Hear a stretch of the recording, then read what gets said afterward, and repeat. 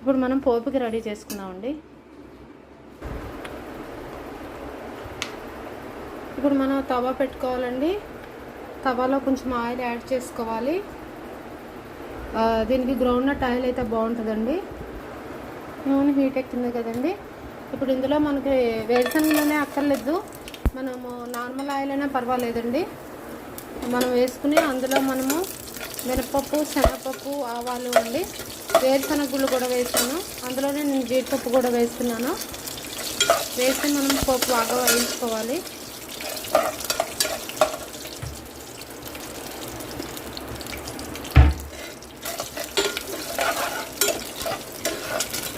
చాలా టేస్టీగా ఉంటుంది, చాలా కలర్ఫుల్గా ఉంటుందండి. పిల్లలు కూడా బాగా లైక్ చేస్తారు, పెద్దవాళ్ళకు కూడా నచ్చుతుంది.